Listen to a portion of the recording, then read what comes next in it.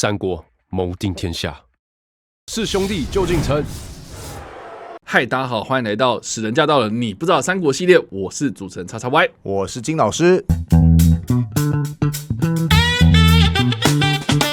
好的，欢迎回到我们的节目。我们这一集要来聊聊的是《三国》这个电视剧的第33集。这一集呢，终于来到了非常非常著名而且家喻户晓的故事，也就是《三国演义》当中的三顾茅庐。那这个登场的人物呢，就是非常有名的诸葛亮。哇，终于等到这个时候了。没错，33集啊，看得好累啊。但是这一集呢，我看得更累啊。为什么会这么说？因为光看这个刘关张三兄弟要去找诸葛亮3次，因为我们早就知道说他一定会去3次嘛，所以他一定会说这一次去然后落空啊，这一次去然后遇到他的哥哥或弟弟啊什么的，那第3次才会成功嘛。这一整集呢，你就是要算那个次数，说好1次了2次了，终于到第3次了这样子。所以我就觉得好啦，我可能有一点点先入为主的概念，就是你拖台前的意思吗？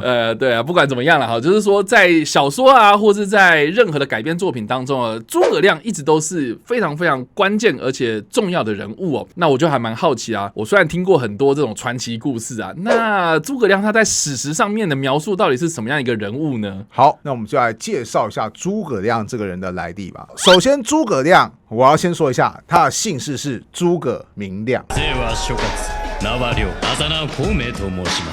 不是诸葛亮，你说金城武？对啊，城武好帅哦。对，没有，人家是复姓金城名武这个样子。是。那为什么特别要提他姓诸葛呢？因为他的祖先其实不姓诸葛，是姓葛这个字。根据史料无书的描述是说，其先葛氏本琅琊诸县人，什么意思？就是说他的祖先原本就姓葛。后来迁移到阳都这个地方，那因为为了要跟其他地区的葛家作为区分，所以到最后这个在诸县的葛家，索性就称呼为诸葛家。当然那是祖先的事情，我们还是再说回到诸葛亮本身身上。诸葛亮呢，他的老爸是有当官的。但是诸葛亮的童年一点都不幸福，为什么呢？因为诸葛亮很早的时候父母就已经双亡了，他只好跟随着他的叔叔诸葛玄生活。那诸葛玄他后来因为一些际遇起伏的关系，选择移居荆州，诸葛亮就跟着一起搬到荆州。不然的话，所谓的琅琊在哪边？琅琊其实在今天徐州这一带，从徐州搬到荆州是有那么一段距离的哈。那虽然颠沛流离，可是诸葛家搬到荆州之后，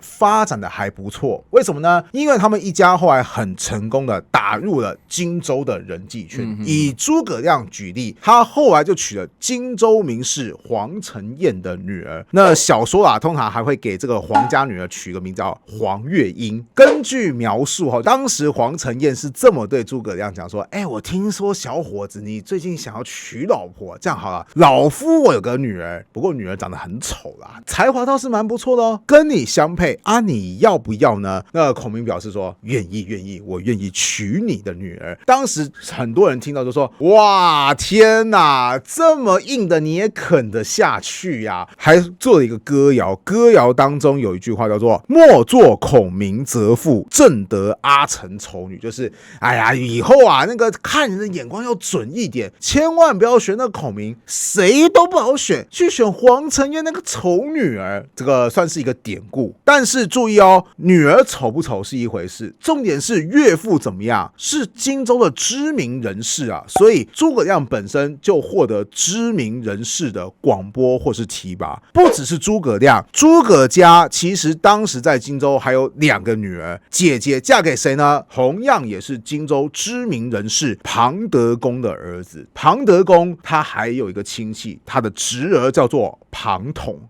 这个就有名了嘛，对不对？好，你说那也只是一个地方有名望人士啊。好，诸葛家的第2个女儿嫁的人就更不得了了，是荆州的蒯家。哦，这个就是刘表当初来到荆州之后呢，他所依靠的一个非常著名的氏族嘛。没错，两大家族之一啊，所以我们来看嘛，诸葛家的2个女儿都嫁给地方有名望人士。那诸葛亮本身他也是娶地方有名望人士的女儿作为妻子，而且重点是诸葛亮的妻子是刘表的夫人蔡氏的外甥女，所以诸葛亮可以称呼刘表一声姨丈。你就知道说诸葛家虽然没有在荆州当官，但是在地方上已经隐隐有一股势力存在了。甚至某些史料会记载，这个刘表就想过说，听说我那个外甥诸葛亮，很多人称赞他的才华，小伙子也蛮不错嘛。那作为他的姨丈，这样好了，小伙子来我底下当官啊，来做事情啊。谁知道诸葛亮竟然拒绝了。为什么呢？因为诸葛亮大概在等候一个更好的时机点。这边就要说到诸葛亮这个人的特色。史书记载这个人怎么样呢？身高很高，8尺，8尺大概多高？今天的184公分。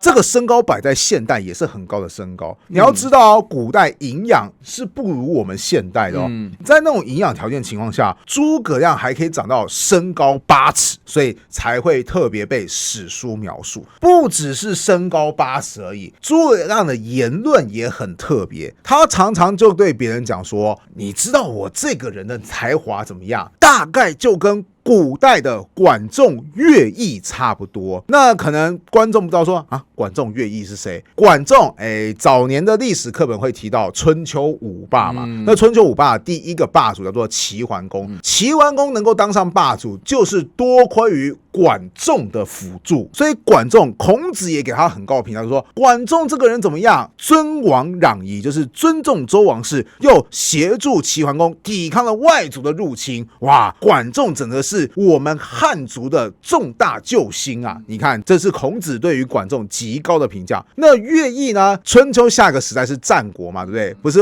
战国七雄吗？乐毅就曾经率领着联军，把齐国差一点点全部都给消灭了。全盛时期的乐毅担任5国联军的总司令，所以这个人是又有军事才华又有政治才能的。简单来讲，这2个人在古代，哇，那都是顶尖人物的代表。结果诸葛亮讲说，你知道我的才华就跟他们2个差不多，就相当于今天一个20几岁的年轻人，他告诉你说，支持我，我要出来参选，支持我，投我一票，让我进入政府当官。你知道我的才华大概就跟丘吉尔还有罗斯福是一样的。我本身的才华就跟丘吉尔一样啊，可以撑过最黑暗的时刻嘛。跟罗斯福美国历届总统排名都一定排到前3名的一位。总之我就是这么有才啊这个人这么说话啊，你有什么感想？很自大啦对啊，就是旁边人都觉得说，哎呀，这个人不知道干什么小伙子年纪轻就口出狂言大部分人都嘲笑诸葛亮。你看嘛，他已经被嘲笑2个点。第一个被嘲笑点就是，哎呀，挑老婆的眼光真差劲。第二个，小伙子没事做白日梦啊。而且诸葛亮平常还特别喜欢唱歌，唱什么歌呢？这首歌叫做《梁父吟》。梁父吟在说什么样的故事？在说古代有个顶尖的谋士叫做晏婴，那这算是一个典故啊，就是说齐国有3位勇士，3位勇士都非常的跋扈。那晏婴作为齐国的臣子，就觉得说这3个勇士已经跋扈到说可以威胁到国家安全了，那要怎么解决掉这个3个勇士呢？最后晏婴就决定说，来，故意趁国君摆宴席的时候，晏婴就说，哎呀，有2颗桃子啊，美味的桃子，这是很重要的礼物。这样子好，国君你就把这2个桃子赐给国内最厉害的2名勇士吧。然后国君就说有道理。那大家来说说看，就是谁有资格来拿这2个桃子呢？那这3名勇士前2名就跳出来说，我很屌，我很厉害。然后国君说，对，赏你1颗，第1颗给第1个勇士，第2颗给第2个勇士。结果没有第3颗啊，第3个勇士就站出来说，我也办了很大的功劳啊，结果我没有桃子可以吃然后晏婴就说，哎呀，这个将军不要生气哦，这样好了，下一批桃子长出来之后优先给你哈。结果古代人因为他是很重视荣誉的，他就说不行，我觉得我的功劳没有获得承认，我受到莫大侮辱。于是第3个勇士就啪自杀。此时另外2个勇士看到就说，因为我们2个人竟然害死了第3个人，我们还有脸目活在这个世界上吗？啪，也跟着一起自杀。这个在古代叫做2桃杀3士。你看，只用2颗桃子就解决了3个麻烦的敌人。梁父吟就是在讲这段故事。OK， 听起来很不错嘛，对不对？但是你想想看，一个年轻人平常的时候跟你说，我就像那个管仲、乐毅一样那么厉害哦。好，平常喜欢唱歌，唱什么歌？2桃杀3士，晏婴好厉害。2桃杀3士，多么美妙的计谋啊！好，再说看，你对于这个年轻人到底有什么看法？我觉得他有点自视清高啦，这些一般的那种世俗凡间事物不要找我啊。对，反正就是有那种高人一等的感觉嘛。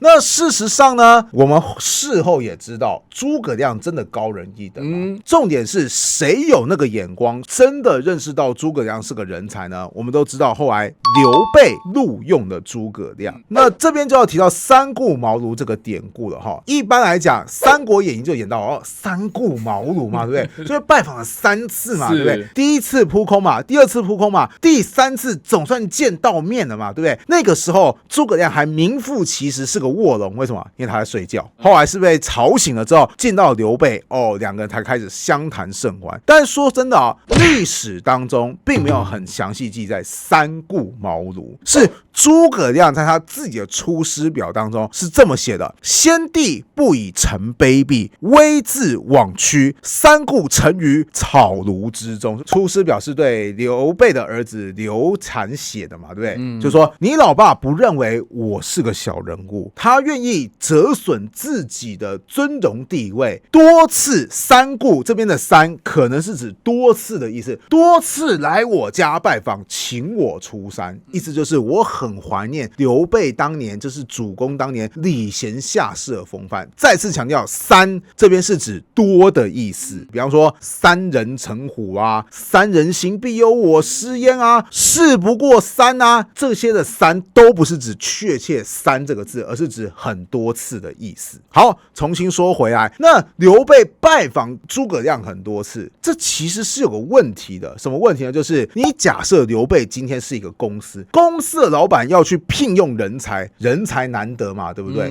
但是这个人才你拜访了好几次，你都无法谈妥，就是你猎人头一直猎，结果一直在原地打转，就等这个人到底答不答应。如果今天你看到一个老板这样做，不知道叉叉 Y 你有什么样的想法？哇，那这个人应该是很重要啦。对，为什么刘备会认为诸葛亮很重要呢？当然除了别人的推荐之外，事后证明刘备这一切的时间成本全部都是值得的。为什么？最后诸葛亮有为刘备提出一个重要的战略规划，这就是三国历史上著名的隆中对。在隆中对，简单讲，在诸葛亮他的家中，他就很明显告诉刘备说：哎呀，我告诉你啊，你要先有未来的战略。什么是未来的战略呢？第一个，荆操以勇100万之众，挟天子而令诸侯，此诚不可与争锋。什么意思？我知道你的敌人是曹操，但问题是曹操怎么样？他现在已经有100万之众了。重点是怎么样？汉朝的话语权在他手上啊！你跟他硬碰硬，那是绝对拼不过的。所以你不要主动去招惹曹操。第二个是什么事情呢？孙权具有江东，以立三世，国险而民富，贤能为之用，此可以为援而不可图也。孙权啊，他们在江东已经经营了3代，势力很稳固了。他是你的援助，但你也千万不要去打孙权的主意，因为你是打不过他的。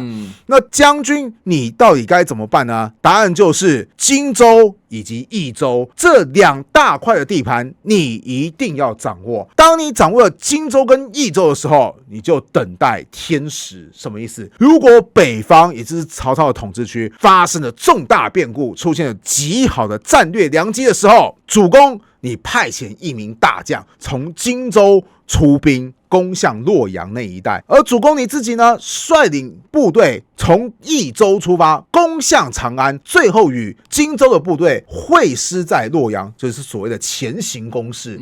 只要攻下洛阳、长安，汉室可兴矣，就是那个时候就是你马到功成的时机点了。那刘备一听就是哇，花了这么多趟没白来，为什么？因为你有没有发现刘备为什么都已经到了33集了，电视剧的33集啊？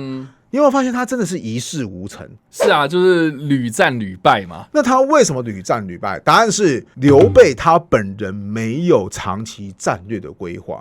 像是他偶然之间获得徐州百姓的支持，占领了徐州，然后后来他就没有能够保护他的后方嘛，结果就被吕布偷袭。你看看这是个多么失败的一个经营，对啊，老巢都被人给偷走了嘛，对不对？那之后刘备又发生什么事情呢？当然选择跟曹操结盟嘛，或者说他成为曹操有一段时间的属下嘛，之后选择背弃曹操，来到徐州。那又然后呢？刘备重新拥有徐州之后，他有什么战略规划吗？还是没有啊？他最多的战略规划就是等着袁绍来救我。那问题是袁绍不救你怎么办？那事实上证明后来袁绍真的就是晚一步啊，没救到你啊。于是刘备又失去了地盘，如今你才沦落到荆州。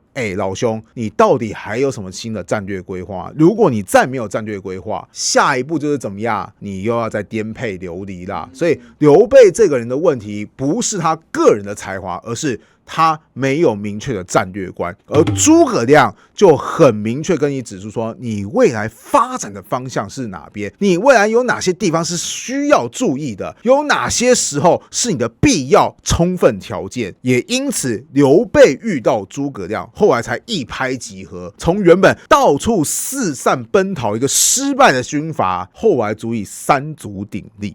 所以话说到这边啊，我觉得在看三顾茅庐这个故事的时候，大家不要拘泥在所谓的三顾茅庐嘛，他去了3次，遇到了什么样的事情，这些事情的过程啊，包括什么张飞去放火啊，刘关张他们在外面哭等啊，我觉得最大的重点呢，就是诸葛亮他提出了这个非常非常重要的战略观，然后让接下来的刘备呢，他比较有方向去经营他自己的势力啊。是，所以以上呢，这个就是我们今天的节目内容啦。我们介绍了刘备三顾茅庐请诸葛亮出山的故事啊。不知道大家在听完这个故事之后有什么样的想法呢？欢迎在留言区留言，我们来跟你做互动跟讨论哦。你不知道三国系列，我们下次再见，大家拜拜，拜拜。